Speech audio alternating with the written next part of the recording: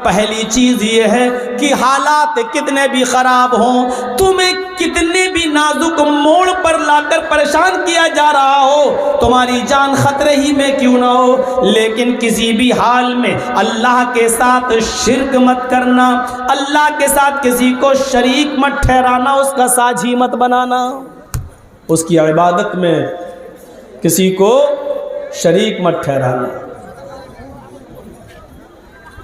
इन कुतिलता हुर्रिकता, चाहे उसके बदले में तुम्हें कत्ल कर दिया जाए या जला दिया जाए।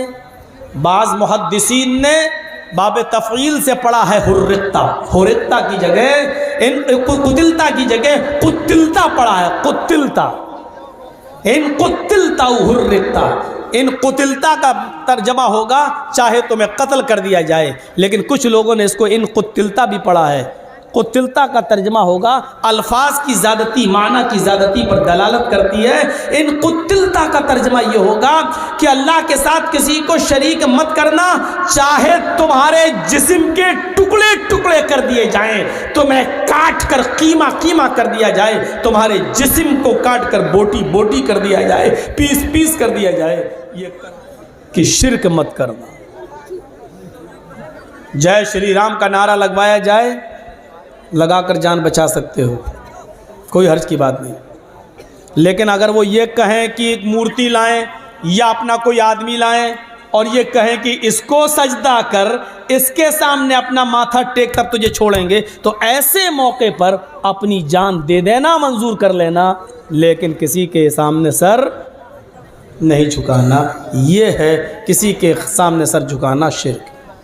मुस्लिम शरीफ की हदीस से एक सहाबी अल्लाह के नबी से कहते हैं कि अल्लाह के रसूल, अगर जंगल में कुछ लोग मुझे कत्ल करने आ जाएं, मारें, कुछ लोग घेर लें और ये कहें कि अल्लाह का इनकार कर, मोहम्मद के रब का इनकार कर, तब तुझे छोड़ूंगा, और इनकार करने से मेरी जान बच रही हो तो क्या मैं इनकार कर दूं? तो अल्लाह के रसूल ने फरमाया, हाँ, अगर मोहम्मद के रब का इनकार करने से, तू अपने रब का इनकार करने से तेरी जान बच रही है तो कर दे। ला इलाहा कहते हो तब भी तो अल्लाह का इनकार ही करते हो, कोई माबूद नहीं, अभी भी तो अल्लाह का इनकार कर रहे हो। जब सबका इनकार कर दिया तब एक का इकरार करते हो, इल्लल्लाह। तो अगर वो ये कहें कि मोहम्मद के रब का इनकार कर, अपने रब का इनकार कर, तो कर देना अगर तेरी जान बच रही है। पूछने वाले ने पूछा, अल्लाह के रसूल, अगर वो ये कहें कि मेरे माबूद को सजदा कर, मेरे आका को या मेरे मालिक को सजदा कर, तब छोड़ूंगा तो अल्लाह के नबी ने फरमाया, अगर अल्लाह का इनकार करके तेरी जान बच रही है तो बचा लेना, लेकिन अगर गैरुल्लाह को सजदा करके तेरी जान बच रही है तो फिर अपनी जान मत बचाना, अपने आप को कत्ल करवा लेना, टुकड़े टुकड़े करा लेना, बोटी बोटी करा लेना, लेकिन किसी गैर के सामने सर न झुका। ये इस्लाम की बुनियादी असास है। ला तुशरिक बिल्लाहि शैअन इन कुतिलता हुर्रिकता, शिर्क नहीं अल्लाह को बर्दाश्त। अच्छा एक बात बताइए, एक मिसाल देता हूँ, आपके गांव का क्या नाम है? नारायणपुर, रंगाईपुर, डिस्ट्रिक्ट मालदा। आपके गांव का आप हैं या आपके गांव का एक आदमी दिल्ली काम करता है, वहाँ रह रहा है, बहुत दिनों से वही सर्विस कर रहा है या बिजनेस कर रहा है, वही रहता है। आपके रंगाईपुर डिस्ट्रिक्ट मालदा से कोई आदमी दिल्ली घूमने जा रहा है और आपसे मिलता है। आपने कहा भाई इसको दिल्ली घुमाया, कुतुब मीनार घुमाया, लाल किला घुमाया, अब वो अपने गांव आने लगा रंगाईपुर में। अब आप कहते हैं उससे, साहब मैं तो 1-2 साल से यहीं हूँ, महीने 5-6 महीने के बाद घर जाता हूँ, मेरी बीवी है घर पर, आप तो जा रहे हैं ना घर, गांव जा रहे हैं ना, और आपने 3000 की 4000 रुपए की खूबसूरत एक साड़ी ख़रीद कर दी, कह लो ये मेरी बीवी को दे देना। साड़ी आप दे रहे हैं किसके लिए? अपनी बीवी के लिए। किसको? अपने गांव के एक आदमी को जो घूमने गया है दिल्ली। वहाँ से जब वो लौट कर आता है, आपकी दी हुई साड़ी को लेकर जब आपके घर जाता है, दरवाजे को दस्तक देता, बीवी दरवाज़ा खोलती है, लीजिए साहब क्या हुआ? आपके हस्बैंड ने दिल्ली से आपके लिए एक साड़ी भेजी है, मैं लेके आया हूँ।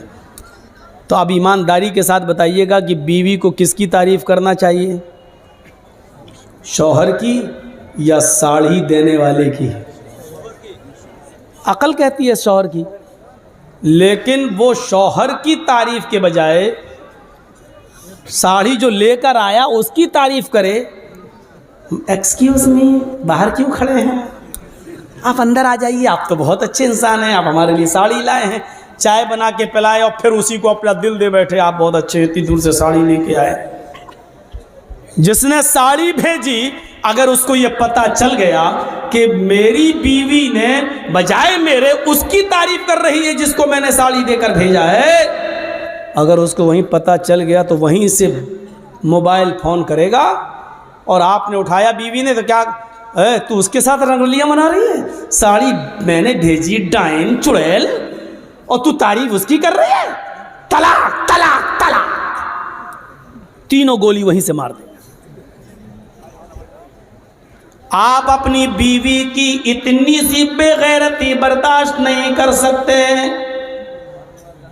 आप अपनी बीवी की इतनी सी बेगैरती बर्दाश्त नहीं कर सकते, फिर वो अल्लाह इतनी बड़ी बेगैरती कैसे बर्दाश्त कर ले कि रहमे मादर में पानी के कतरे से बच्चे की उंगली में बनाऊं, उंगलियों के पोर में बनाऊं, हाथ में बनाऊं, पैर में बनाऊं, आंखें में बनाऊं, कान में बनाऊं, दिमाग में हजारों तारों का कनेक्शन डाल कर दो, चमकती हुई ट्यूबलाइट आंखों की शक्ल में मैं दूं, जहां हवा ना पहुंच सकती हो, उस अंधेरी कोठरी में 9 महीने बच्चे की जिंदगी को मैं सलामती बख्शूं, उसको सुरक्षा मैं दूं।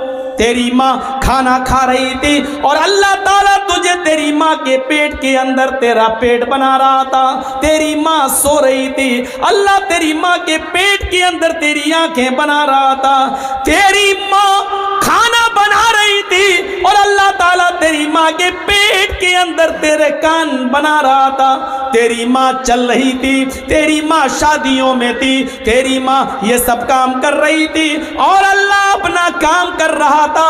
अयहसबुल इंसानु अन युतरक सुदा अलम यकुन नुतफतम मिन मनी युमना थुम्मा कान अलकतन फखलक फसव्वा फजअल मिनहु ज़ौजैन अज़्ज़कर वल उन्सा। ओ मेरे बंदे, तू ही बता, उस पानी के कतरे को उंगली मैंने बनाया, पोर मैंने बनाया, हाथ मैंने बनाया, कोहनी मैंने बनाई, बाजू मैंने बनाया, घुटना मैंने बनाया, पिंडली मैंने बनाई, रीढ़ की हड्डी मैंने बनाई, दिमाग मैंने बनाया, आंखें देखने के लिए हमने दी, सुनने के लिए कान हमने दिए, और जब तेरी माँ के पेट से तू बाहर आया तो चीखने लगा कि अजमेर वाले ने दिया, बदायूं वाले ने दिया, कछोछा वाले ने दिया, फुलवारी शरीफ वाले ने दिया, दातागंज ने दिया, फरीदगंज ने दिया। जब तुम अपनी बीवी की एक छोटी सी बेगैरती बर्दाश्त नहीं कर सकते हो तो अल्लाह ये बेगैरती कैसे बर्दाश्त कर सकता है कि सब कुछ मैं करूं। तुम अपनी माँ के पेट में हो, अभी बाहर नहीं आए हो, बच्चे को बाहर आने के लिए सबसे पहले हवा की ज़रूरत है, इसलिए कि अभी तक वो माँ के पेट में अल्लाह उसको ऑक्सीजन पहुँचा रहा है, लेकिन जब वो बाहर आएगा तो उसको हवा की ज़रूरत है। ओ मेरे बंदे, तू अपनी माँ के पेट में था, बाहर आने से पहले मैंने हवा का इंतज़ाम तेरे लिए पहले कर दिया। ओ मेरे बंदे, तू अपनी माँ के पेट के अंदर था, तू अभी बाहर नहीं आया, तुझे आते ही भैंस का और गाय का दूध हजम नहीं हो सकता था, तेरा लीवर बहुत कमजोर था, तुझे बिल्कुल हल्के दूध की जरूरत थी, तू अभी बाहर नहीं आया, तेरे आने से पहले अल्लाह ने तेरी माँ की पिस्तान के अंदर दूध की नहर पैदा कर दी है। हाँ, उस पिस्तान में हल्के हल्के सुई की सुराख से भी हल्के, सुई की नोक से भी ज्यादा हल्के हल्के, माँ की पिस्तान में जिस जगह बच्चा दूध को अपने मुंह में पकड़ता है उस हिस्से पर अल्लाह ने हजारों सुराख पैदा कर दिए, हजारों सुराख बना दिए। एक सुराख नहीं, हजारों सुराख हैं, इसलिए कि बच्चा जब पकड़ेगा मुंह तो एकदम इतना दूध ना आ जाए कि उतना दूध पीते ही उसका लीवर खराब हो जाए, क्योंकि उसका लीवर मजबूत नहीं है। इसलिए उसमें रुकावट की जरूरत थी। अल्लाह ने माँ की पिस्तान में इतने सुराख कर दिए कि बच्चा चाहे जितना जोर से दूध को चूसे, इतना ही एक बूंद या दो बूंद ही आएगा, जो बच्चा आसानी से पेट में ले सकता है और उसका लीवर उसको आसानी से हजम कर सकता है। ये सारे काम रहमे मादर में मैं करूं और पैदा होने के बाद ये कह दो कि ये तो अजमेर वाले ने दिया, बदायूं वाले ने दिया, फला ने दिया, फला ने दिया। मेरे बंदे, यही शिर्क है जो मैं बर्दाश्त नहीं कर सकता। आए माज ला तुशरिक बिल्लाहि शैयन इन कुतिलता हुर्रिकता। आए माज, अल्लाह के साथ कभी किसी को शरीक मत करना, चाहे तुम्हें कत्ल कर दिया जाए या जलाकर तुम्हें राख कर दिया जाए। ये इस्लाम की बुनियादी चीज़ों में से पहली चीज़ थी, इसलिए बता दिया कि शिर्क मत करना। अल्लाह को सब कुछ गवारा है, लेकिन शिर्क गवारा नहीं है। सब कुछ मैं करूं, फिर मेरा नाम के बजाय किसी दूसरे का टाइटल, और टाइटल भी उसका जो इतने कमजोर, इतने कमजोर, इतने कमजोर कि इन्नल्लज़ीना तदऊना मिन दूनिल्लाहि लन यख्लुकू ज़ुबाबन। कश्मीर से कन्याकुमारी तक, बरेली से बगदाद तक सब मिल जाएं तो एक मक्खी भी पैदा करने की ताकत नहीं रखते।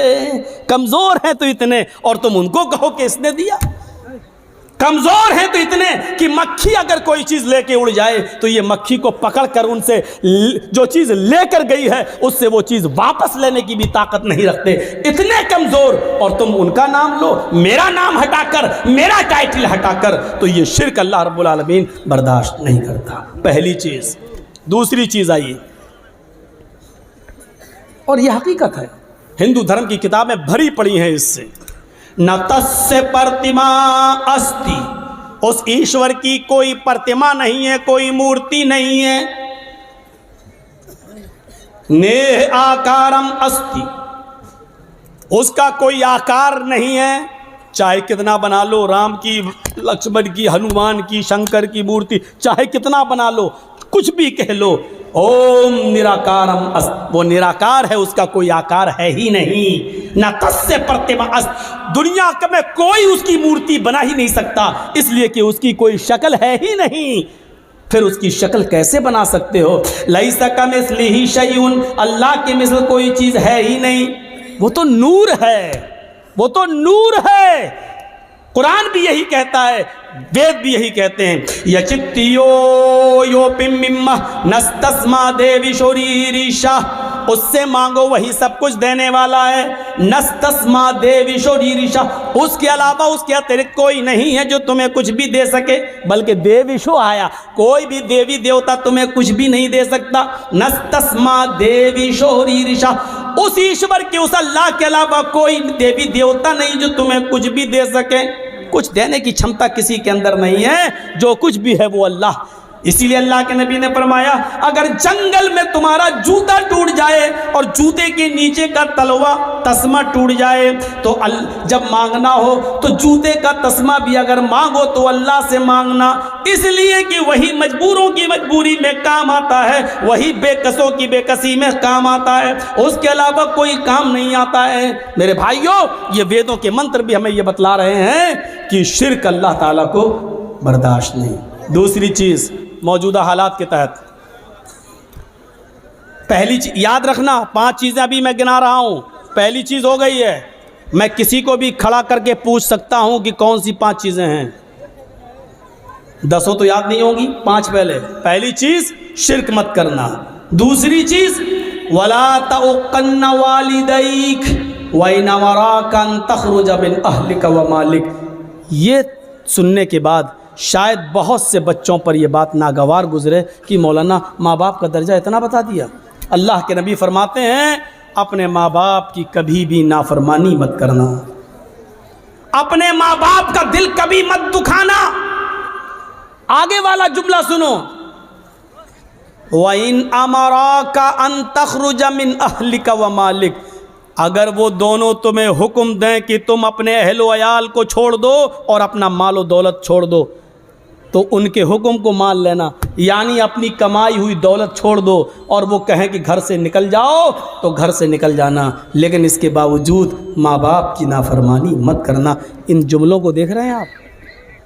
कोई बाप ऐसा नहीं होगा जो अपनी औलाद को अपने घर से निकाल दे और खुद अपनी औलाद से ये कहे कि अपनी बीवी को तलाक दे दे। ऐसे बहुत कम लोग होंगे कि माँ बाप जो अपने बच्चों का घर बिगड़वा दें।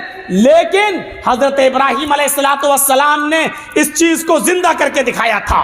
जब वो अपने बेटे इस्माइल से मिलने गए और इस्माइल अलैहिस्सलाम ने कोई शादी कर रखी थी दूसरे इलाके के अंदर, लेकिन उनकी बीवी नाशुक्री कर गई।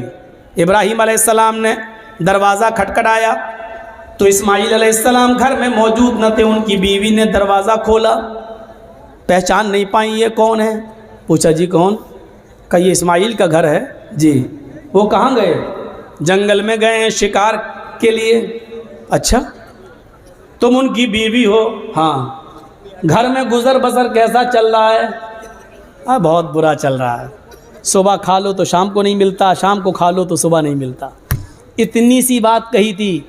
मेरी माँ बहनें सुने, ये बात उनके मतलब की है, सुने। अगर मेरी उर्दू समझ में आ रही है तो वैसे आना चाहिए, टीवी के सीरियल देखती हैं हिंदी वाले तो आना चाहिए।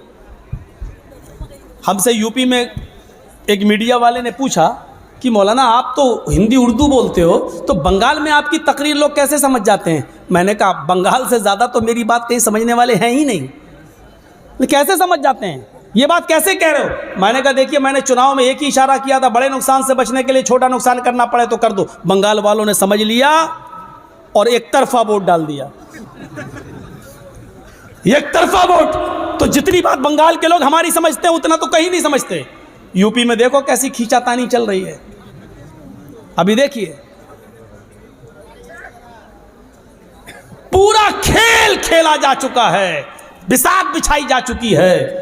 खुद मोदी को आस्तीन के सांप मिल चुके हैं।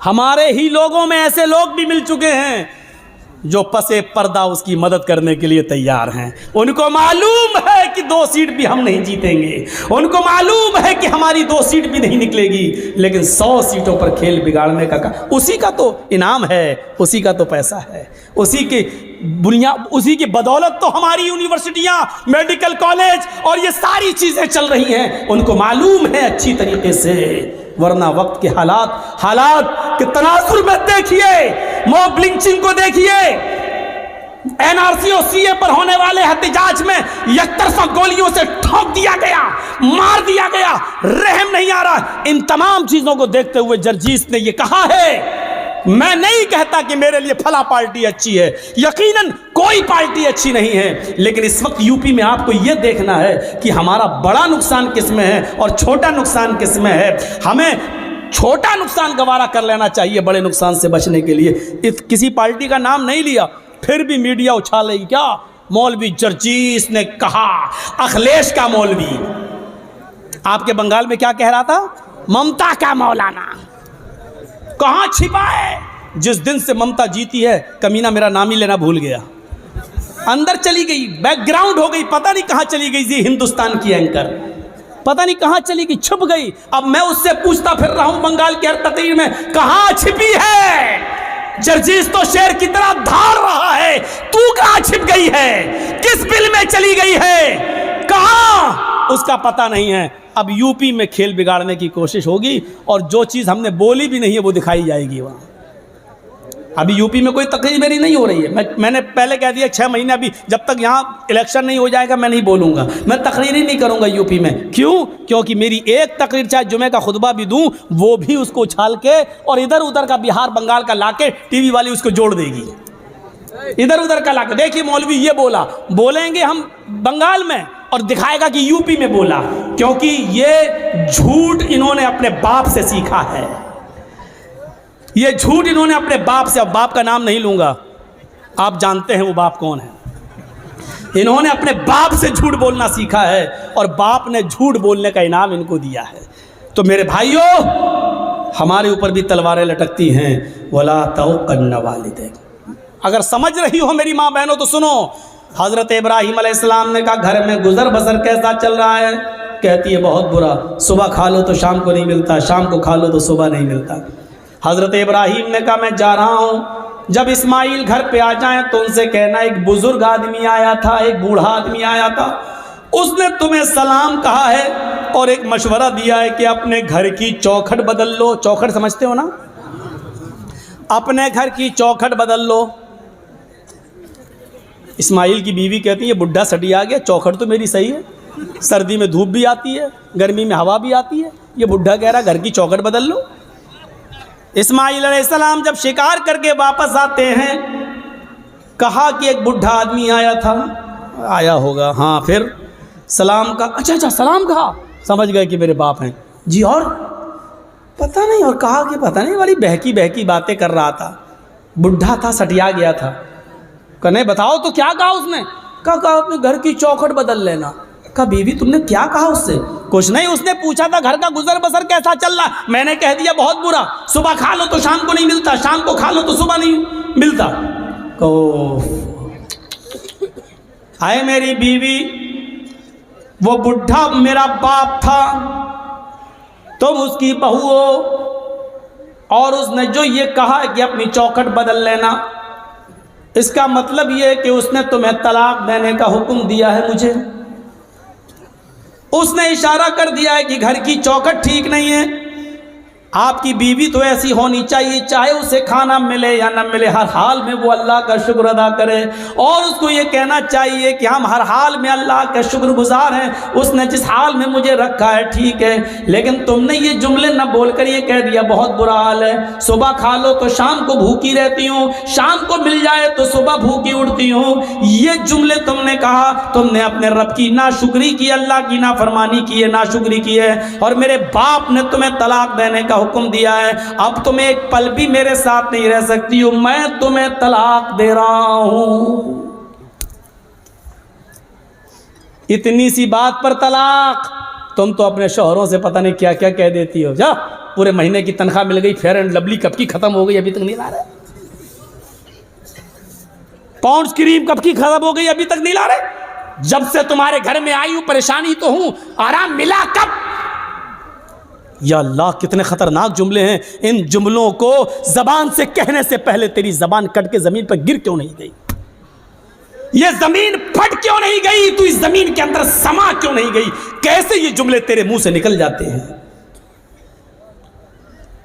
दोबारा उन्होंने जब दूसरा निकाह किया और शादी की, फिर एक अरसे के बाद इब्राहीम अलैहिस्सलाम जब दोबारा गए, इस्माइल शिकार के लिए गए हुए थे, दरवाज़ा खड़खड़ाया, दूसरी बीवी निकल के आई।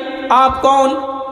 कहा मैं फलां जगह से आया हूँ। इस्माइल कहाँ है? वो शिकार करने गए हैं। अच्छा ये बताओ कि तुम्हारा गुजर बसर कैसा चल रहा है? अल्हम्दुलिल्लाह, बहुत अच्छा, हर हाल में अल्लाह का शुक्र है, अल्लाह ताला ने मुझे जिस हाल में रखा है मैं उस हाल में खुश हूँ। इब्राहीम अलैहिस्सलाम ने कहा जब इस्माइल आ जाएं तो कह देना एक बुजुर्ग आया था, उसने तुम्हें सलाम कहा है और कहा है कि अपने घर की चौखट को बरकरार रखना। ठीक है, घर की चौखट। वो भी ताज्जुब करने लगी, घर की चौखट ठीक है? अरे हमने कब कहा गलत है? तुम होते कौन मशवरा देने वाले? ठीक है तो ठीक ही है। जब बीवी को पूरी बात बताई बीवी ने इस्माइल को, तब कहा कि वो चौखट तुम हो और इब्राहीम अलैहिस्सलाम मेरे बाप ने कहा इसको बरकरार रखना क्योंकि तुमने अल्लाह का शुक्र अदा किया है। शुक्रगुजार औरत को तो पूरा वाक़या बताने का मकसद ये है कि माँ बाप की बात मानना। घर बार से निकालने को कहे तो निकल जाओ, लेकिन माँ बाप के सामने उफ भी मत करना। कितने लोग हमसे मिलते हैं, मौलाना मेरी औलाद मेरा कहना नहीं मानती, मौलाना मेरी औलाद मेरा कहना नहीं मानती। कुछ ऐसी तकरीर करना कि औलाद को कुछ असर हो। हज़रत उमर फ़ारूक के पास एक शख्स आता है, हज़रत उमर फ़ारूक के पास एक सहाबी आते हैं और कहते हैं कि अमीरुल मोमिनीन मेरा बेटा दिन पे दिन नालायक होता जा रहा है, दिन पे दिन मेरा बेटा नाफरमान होता जा रहा है, उसको आप बुलाइए और उसको समझाइए। सुनो, इब्राहीम हज़रत उमर ने कहा अच्छा बुलाओ बेटे को। बेटे को बुलाया गया। हज़रत उमर ने कहा ये तुम्हारे बाप हैं? हाँ। खूब डांटा, शर्म नहीं आती? इस उम्र में अपने बाप को सताते हो, नाफरमानी करते हो, अपने बाप का दिल नहीं रखते हो, अपने बाप का काम नहीं करते हो। पूरा डांट चुके और जब थक गए डांट डांट कर हजरत उमर, तब बेटा बोला, अमीरुल मोमिनीन अगर समझा चुके हो तो मैं कुछ बोलूं? कहाँ बोलो क्या है, अब मेरी भी कुछ सुनेंगे? कहाँ बिल्कुल तुम्हारी भी सुनेंगे। कहा ये बताइए कि सारे हक बेटे का ही है कि बाप के लिए ये करे? बाप के ऊपर भी कुछ जिम्मेदारियां हैं कि नहीं? कहाँ हैं? का बताइए क्या है? हजरत उमर ने कहा 3 जिम्मेदारियां बाप के ऊपर सबसे पहले आयद होती हैं। पहली जिम्मेदारी है कि जब घर में बच्चा पैदा हो तो उसका अच्छा नाम रखा जाए। दूसरी जिम्मेदारी बाप के ऊपर यह आयद होती है कि जब वो 7 दिन का हो तो उसका अकीका किया जाए। तीसरी जिम्मेदारी बाप के ऊपर यह आयद होती है कि जब उसका बेटा बालिग हो जाए तो उसकी दीनदार और शरीफ घराने में उसका निकाह कर दिया जाए। ये 3 जिम्मेदारी बाप के ऊपर भी आयद होती है। अब लड़के ने कहा, अमीरुल मोमिनीन ज़रा मेरे बाप से पूछो इन तीनों कामों में से क्या काम किया मेरे साथ? अच्छा पूछो, इसने जब मैं पैदा हुआ तो नाम क्या रखा? हजरत उमर ने कहा क्या नाम है? उसने अरबी में एक जुमला बोला जिसका उर्दू में तर्जमा होता खटमल। क्या नाम है तुम्हारा? का खटमल है। कहिए नाम रखा है मेरे बाप ने। 7वें दिन का हुआ, पूछो अकीका किया? नहीं किया। और जब बालिग हुआ तो मेरी शादी भी कर दी, पूछो दीनदार लड़की से की? कहा कैसी लड़की से की? कहा डाइन से कर दी। वो हमें इसके खिदमत ही नहीं करने देती है, वो कहती है हट, नहीं तेरा बाप बाप ने चल, वो हमें समझने ही नहीं देती। जब मेरे बाप ने ही मेरे हुकूक अदा नहीं किए तो मुझसे क्या उम्मीद रखी जाती है, रखी जा रही है? अब हजरत उमर ने बाप को डांटा। दोनों तरफ हैं इस्लाम के मामलात, लेकिन माँ बाप को एक दर्जा हासिल है। कुछ दुनिया में ऐसे लोग भी गुजरे हैं कि जब मामून रशीद का इताब आया, खलीफा, जब मामून रशीद का इताब आया तो यहया बरमकी और उसका बेटा फजल बरमकी और उसका बेटा यहया बरमकी, ये दोनों की दोनों मामून रशीद के इताब में आ गए और जेल में डाल दिए गए। फजल बरमकी और यहया बरमकी, बाप बेटे दोनों जेल में डाल दिए गए। बाप बहुत बूढ़ा हो चुका है, सर्दी की रात है, फजर की नमाज में बाप को वुजू बना के नमाज पढ़ना है। बेटा देख रहा है कि जेल में गर्म पानी का इंतजाम नहीं है, क्या किया जाए, क्या किया जाए? तो बेटे ने तांबे के लोटे में इशा की नमाज पढ़ने के बाद पानी भर लिया और अपने बाप को सुला दिया कि अब्बू आप सो जाइए। उस जेल के अंदर यहया बरमकी सो रहे हैं और उनका बेटा फजल बरमकी तांबे के लोटे में पानी लेकर अपने पेट में लगा लेता है। इशा की नमाज के बाद अपने पेट पर वो पानी के लोटा लगा लेता है, तांबे का लोटा, और फजर की आजान तक लगाता है कि पेट की गर्मी से इस ठंडे पानी में कुछ गर्मी आ जाए, इस तांबे के लोटे में कुछ हरारत आ जाए, और सुबह जब फजर की नमाज में मेरे बाप वुजू बनाए तो मैं थोड़ा गर्म पानी अपने बाप को दे सकूं। अपने बाप के गर्म पानी के लिए रात भर तांबे के लोटे को अपने पेट से लगा लेता था और फजर की नमाज में अपने बाप को कदरे गर्म पानी दे दिया करता था। ऐसे ऐसे फर्मा बरदार औलाद भी निकली है। हम किन में हैं, अपने आप को ढूंढें और तलाश करें और गरीबानों के बटन खोल के देखें। हम सोच तो सकते हैं ना हम किस में हैं, नाफरमानी करने वालों में या इसमें फर्मा बरदारी करने वालों। वक़दा रब्बुका अल्ला ताबुदू इल्ला इय्याह व बिल वालिदैनि इहसाना, अल्लाह के अलावा इबादत किसी की नहीं, और इबादत के फौरन बाद माँ बाप के साथ एहसान करो। व बिल वालिदैनि इहसाना, मैं बड़े ताज्जुब में था कि अल्लाह ने यहाँ पर एहसान क्यों कहा है। एहसान के अंदर हर नेकी शामिल है। ये नहीं कहा अल्लाह ताला ने कि माँ बाप के साथ उनकी बीमारी में अच्छा सलूक करो, ये नहीं कहा। ये नहीं कहा कि उनको खिलाओ, ये नहीं कहा, क्योंकि अगर कह देता खिलाओ तो एक ही माना होता। लेकिन अल्लाह ने क्या कहा, वबिल वालिदैनि एहसाना, एहसान करो। एहसान का मतलब अगर उनको दवा की ज़रूरत है तो दवा ला कर दो। अगर वो कमर के दर्द के शिकार है, बिस्तर पे लेटे रहते हैं, उन्होंने कहा कि बेटे मुझे ज़रा बाहर बैठने का दिल कर रहा है, तो अपनी पीठ पर लाद कर उनको घर के बाहर उनको हवा खिलाओ, बिठाओ। अगर उनका दिल कहता है कि बेटे मुझे फ़लाँ जगह लेके चलो, तो उनको अपने कंधे पे उठाकर उधर भी लेके जाना पड़ेगा। नेकी, एहसान में हर नेकी शामिल है, हर नेकी, जिस चीज़ की भी ज़रूरत है।